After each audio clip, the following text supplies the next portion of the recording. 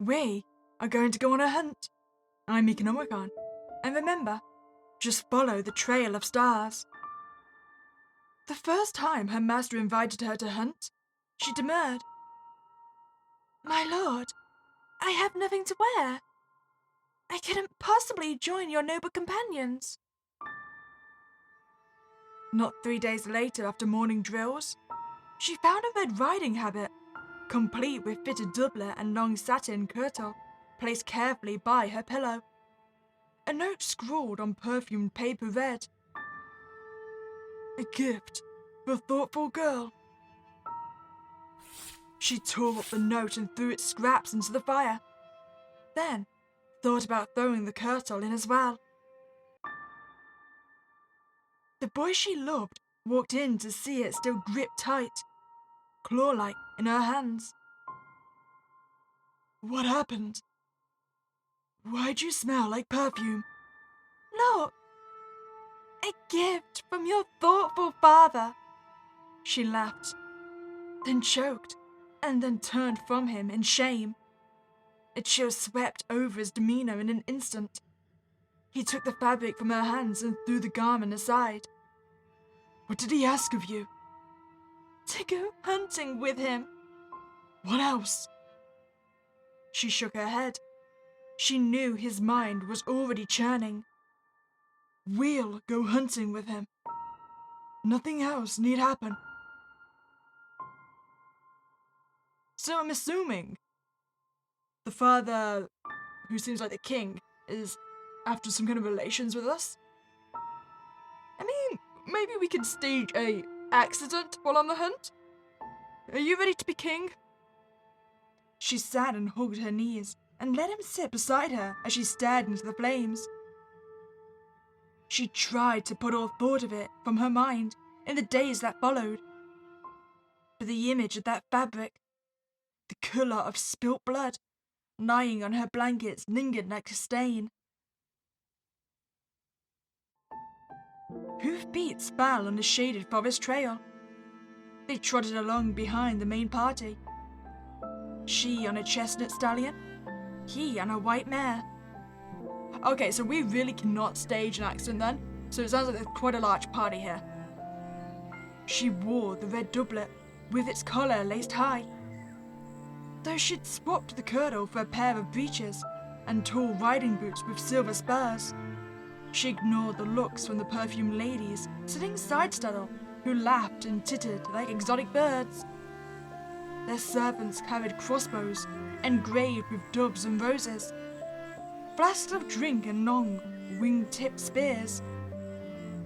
She had a black shortbow and quiver strapped to her back, a hunting knife on her belt, a dagger in each boot, and another tucked beneath her doublet against her breast.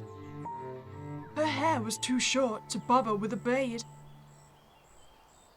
She let the gentle wind that swept through the trees tussle it as it pleased. You enjoying yourself? The boy called out to her as the party cantered ahead of them. She could hardly believe it, but she was. The day was pleasant with the sigh of early spring and soft sunlight that trickled through the leaves. She now knew what it was like to train her bow on moving targets. Though the thrill had quickly faded, she let her arrows run as loose as the hares that fled them. Now, she lagged behind purposely to explore the wooded trails. The boy too seemed content to meander along with her.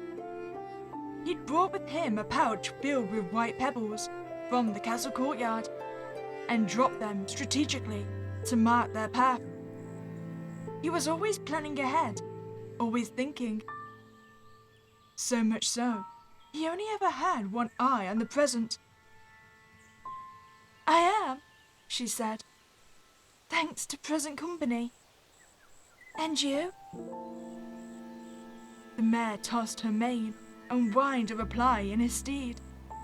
Her rider playfully urged her ahead until both pairs trotted side by side.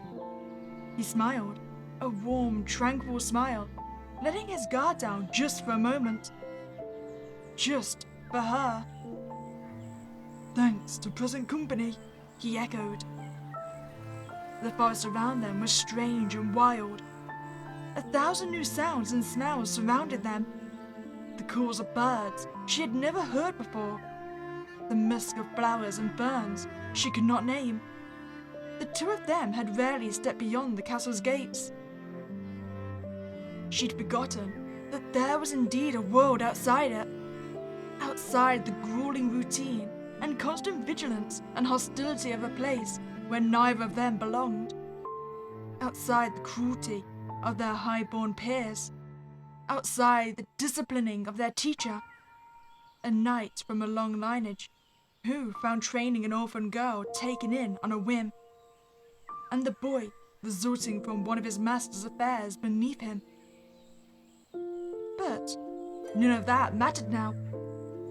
Not at that moment. Not in that place. The woods were a refuge from an ever-present, ever-callous reality. A place where the unfamiliar was warm and welcoming. A place where secrets could be shared as freely as musings about the weather. In no safer sanctuary could they be uttered. Soon, they were indulging like they seldom had before in laughter and childish games. A truth or a dare? She asked on a whim. Truth, he replied cautiously.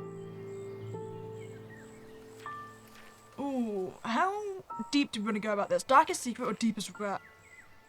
I mean, we could add a little bit of levity and ask if there's someone you admire. And if you don't say me, I will probably end up being very upset. Oh, what's the most shameful thing you've ever done? You know what? Let's go deep. I want to know what your darkest secret is. What's your darkest secret? I'm envious of my sister. That's all? What kind of person feels that way towards a harmless infant? Plenty would. Is it going to end up being that the sister was actually born from the wife? Because they said that this guy was born from an affair, right? Plenty in this world suffer and toil, while the lucky few are born swaddled in gold. What's not to envy? Your turn. What's your deepest fear? I was going to choose a dare. Then I dare you to tell me. What do we think it is? I mean, considering our feelings towards the father, I don't think to be alone would be something we really fear. Maybe to be nothing? To die, accomplishing nothing. To face my parents when I cross the sunless sea, with little to show for their sacrifice. To leave behind naught that proved I ever existed. Have no fear then. You leave your mark already. What do you mean? Up ahead, commotion rang out from the trees.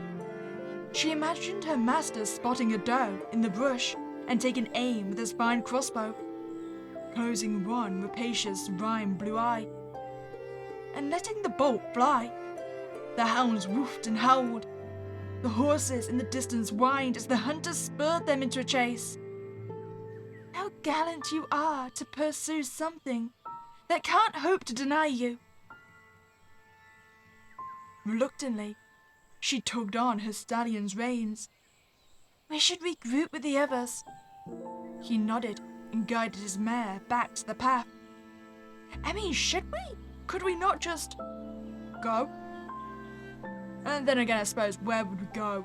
How much reach did this guy have? Following the trail of snow-white teardrops that led to the place where a chorus of hungry voices sang. Child, come and make your first kill! Her master called from the copse ahead. The boy's jaw set into a grimace as he met her eyes. She broke his gaze in an instant, pierced by a sudden stab of shame.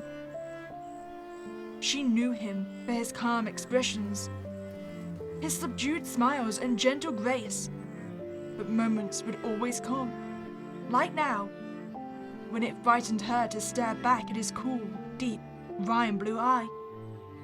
Though he kept his hair long and loose instead of cropped and tamed, though he wore simple clothes instead of fine furs, though he was gentle and pious and everything his sire was not, the boy she loved was still her master's blood. It twisted her gut to know that the eye whose gaze she dared not meet was identical to the one she wanted to trace every inch of her. Once more her master called. She raised her head to look at the boy she loved. His windswept hair framed his face like a shroud. His hands clutched his rein so tightly, his knuckles were stark white. His gentle blue eye was wide as the moon. It stared at her, bored into her, pleading. I cannot do what my father asks of me, but worse will come if I disobey him. Her master called again, a third and final time. Then I will do it. I'll race you there, she said, and spurred her steed on. She galloped past, leaving him behind on a shaded trail.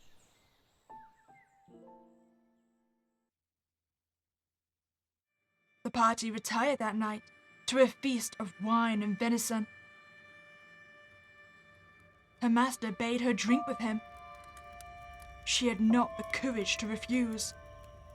She had her seated at his right and his son, in a rare display of acknowledgement, at his left. Both dipped their heads ostentatiously in reverence. Neither felt joy at the honor. A fine effort from a fine new huntress, he said as he devoured the flesh of her kill. She thought about slitting his throat with her hunting knife and watching his blood spill like wine, staining his satin doublet and fine black furs. She imagined crushing his skull beneath her long riding boots, flecks of his blood coating her heels and shiny silver spurs. She indulged in her fantasies as freely as her master did his goblet. In the firelight, her ruddy hair and red riding habit glowed like a flame. She watched the embers lick the sky, her eyes lit bright as a wolf's in the dark.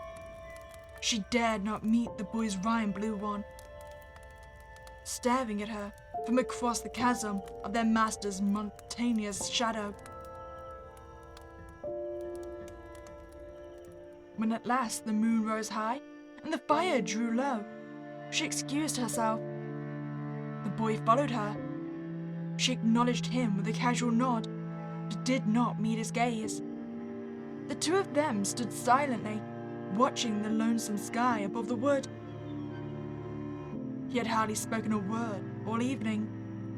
Now, he said, "How can I be like you?" She finally turned to face him. "What do you mean?" "How am I to be a knight?" "You've a mind for tactics, and your swordplay is second only to mine," she teased. "How am I to kill?" She didn't answer.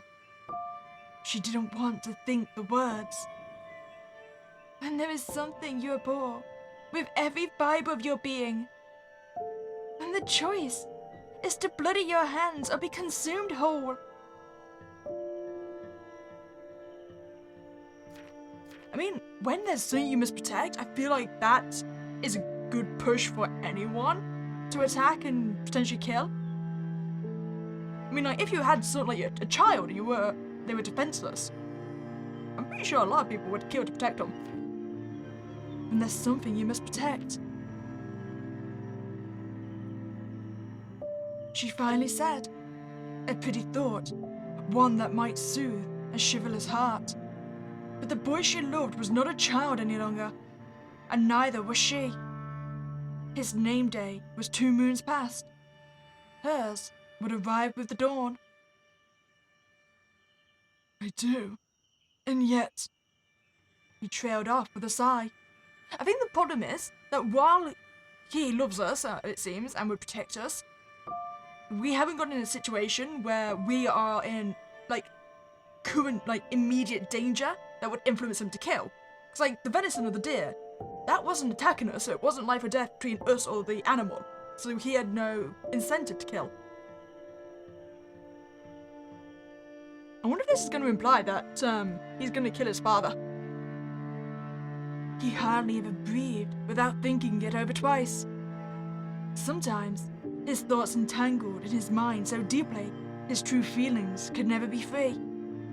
Not unless she cut them loose like a string. The magic of the woods had run dry.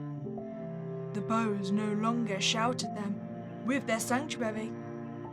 But the stars sparkled above, painting the night sky.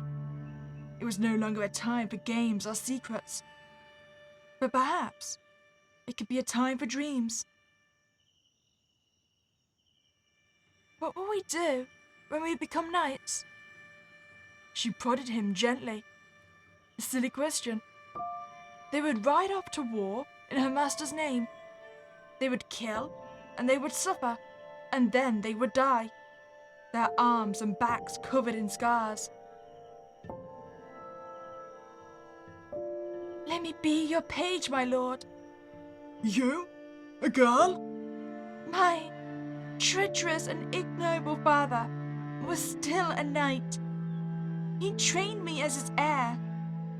I can use a sword. I can fight. The choice between armor or rags seemed trivial back then. But now, she knew they were the same. A life covered in blood or soiled in dirt is still a life in chains. We'll go riding across the ice, He replied. We'll find the names for every star. We'll joust in the golden city of the south at the king's name day tourney. You'll win without fail. He went on, listing dozens of beautiful and wondrous things that perhaps, deep within, some small sliver of him still dared dream of. She imagined him standing in steel and mail on a battlefield over corpses, iron and rust staining his armor. She imagined reaching toward him with a filthy gauntlet, dripping in red. Here, away from the firelight, she was not a knight or huntress. She was small and broken once again. She was a feeble thing hiding in her room against the door, listening for the tap, tap, tap, tap, tap, tap of the secret knock they shared. We'll do it all together. She shifted toward him, and he to her, as she listened. But it was her own heartbeat in her ears, not his voice like warm velvet. He was so close now. She could see the moon's reflection in his rime blue eye. She leaned her head against the crook of his neck and closed her eyes, the way she had when they were children. His soft hair fell over her cheek and trailed down the collar of her blood-red riding habit. She imagined tearing it off lace by lace, stripping off her knives, boots, breeches, and hose before him, meeting his mouth with hers as she tore her linen shift off her skin. His closeness broke the very last defenses of her mind and wine-loosened tongue. She let slip 3 careless words, and a spell that could never be unsaid was spoken. Immediately, he shifted away. The half of his face turned pale as the moon. I'm not worthy of you.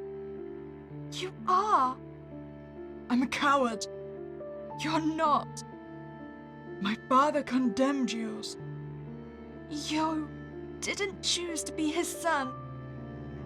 You can choose better. I choose you. I want you.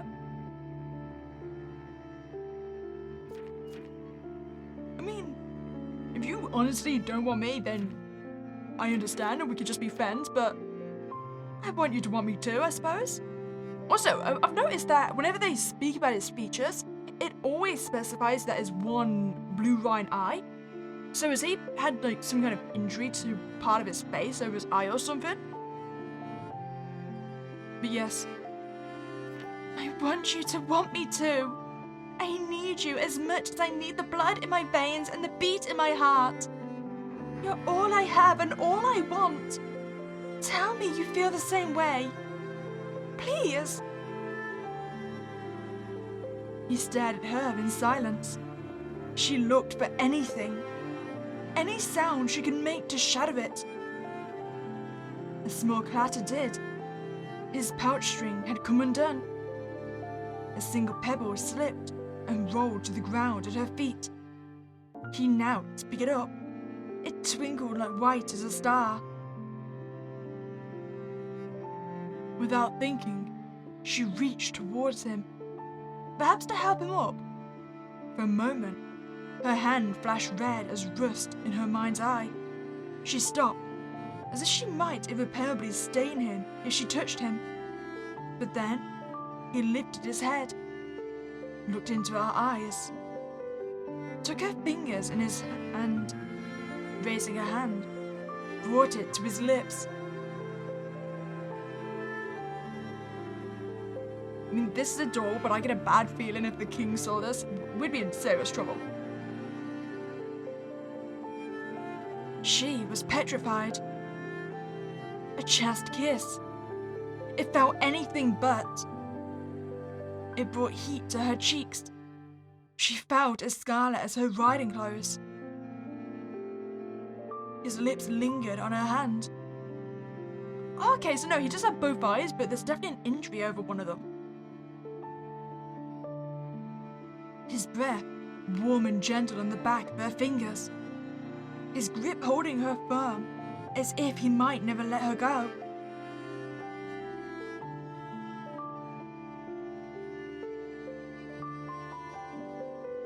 She felt as bare as if she were naked before him. She could not, and would now never be able to hide the claws that had killed in his name. She pulled away. Instantly, the spell that transfixed them was broken. She didn't know what to do. What she wanted. That single touch was both too much and not enough. Not nearly enough. She pulled him close as he rose and took her in his arms. Her chest felt tight. The knife tucked beneath her doublet jutted against her ribcage. She closed her eyes and saw bloody handprints cover the throat and face of the boy who loved her. He held her head against his chest. Strands of his hair fell once more over her cheek. Remnants of iron and wine lingered on his breath, staining her skin. Her face burned like a brand. With his bare fingers, she stroked her ruddy hair. In the fading light of a dying fire, her locks were as red as freshly spilled blood. She would remember that day for many reasons, but most solemn of them all. It was the first time she had ever killed for him. It would not be the last. But for now, in that moment, burning in each other's arms, they were safe.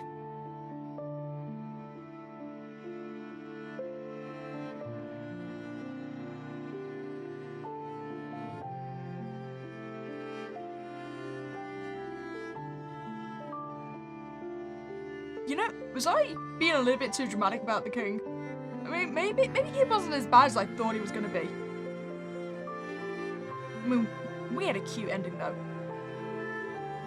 So no, there's a second ending then. So I'm assuming if we don't double down on our feelings for him and like say, yeah, maybe we should just be friends. Okay, I'm curious about what his other answer is going to be. So, what's your deepest regret? That I was born. You regret what you had no choice over. It isn't your fault. None of it was. I know. Your turn. Oh, it's still deepest fear. Actually, what was if we give the other answer for deepest fear? So to be alone? My parents are gone. My home no longer exists. I'd sooner die rather than endure such loneliness again. If I should ever be an island unto myself, my heart could not bear it. If you become an island, then I shall be the sea. He spoke with such earnestness. She could muster no response except to tease him. Have you been reading poetry again? Okay, so there's the only... Oh, I can't go back any further. Okay, I'm going to quickly jump back to the menu because I want to know what his other answers to the questions are going to be. Right. Title? So I think there's 2 more questions we can ask him, right? Oh yeah, there is. Okay, so what's the most shameful thing you've ever done? I studied my father's handwriting and I wrote a mocking note to the commander and his signature. That was you? The corners of his mouth curled upwards, sheepishly. Your turn. No, I've got one more question for you. No! Why do you keep locking me off from changing my answers? I should learn to save the game. That'd be smart. Okay, so, do you admire me? Is there someone you admire? Yes. Whom? That wasn't part of the question. Wait! I mean, it was in the implication of the question. You're just dodging. Okay, so now we need to go change our other answer. These 2 are just the same, so we've done these ones. Okay, so how about when you have no choice, and that's when you can kill? When it's your life, or the life of the soldiers with a spear aimed at your heart. When it's the lives of your men, or your enemies' men. Your master's men. Your master's enemies. You make us sound like pawns in a game. Is that not what we are? No! You're not! You're so much more. He trailed off with a sigh. He was always lost in 1,000 thoughts, always grasping at 100 invisible strings. She often had to cut them loose to bring him back to the present again. Okay, so we're back at the point we've been through. Okay, so this is basically when we're backing off, right? But I can't lose what we have. I need you by my side. Whether you look at me the same way I look at you matters not. I need you to look at me still. Don't turn away. Please. He stared at her in silence. She looked for anything, any sound she could make to shatter it. A small clatter did. His pouch string had come undone. A single pebble slipped and rolled to the ground at her feet. He knelt to pick it up. It twinkled white as a star. Without thinking, she reached towards him, perhaps to help him up. For a moment, her hand flashed red as rust in her mind's eye. She stopped, as if she might irreparably stain him if she touched him. But then he lifted his head, looked into her eyes. Wait, so this is just the same then? So does it not change? Guess not. Oh, okay, so I think I found the ending. So it was not just the end choice, I don't think. So it was basically asking him what his darkest secret is. And then saying when you're protecting someone, that's when you'll kill. She could not stand another moment before the dizzying gaze of his rhyme blue eye. She turned and dashed away into the night, the cape of her red riding habit billowing like scarlet wings. He called after her, her childhood name, the way he always did when she was sick or afraid. Will I always be so small and frail in your eyes? frail and weak, a thing you have to protect. The moon glittered above them as the boy who loved her ran to her side, reaching for the hand he had kissed. His pouch of white pebbles spilling behind him like a trail of stars.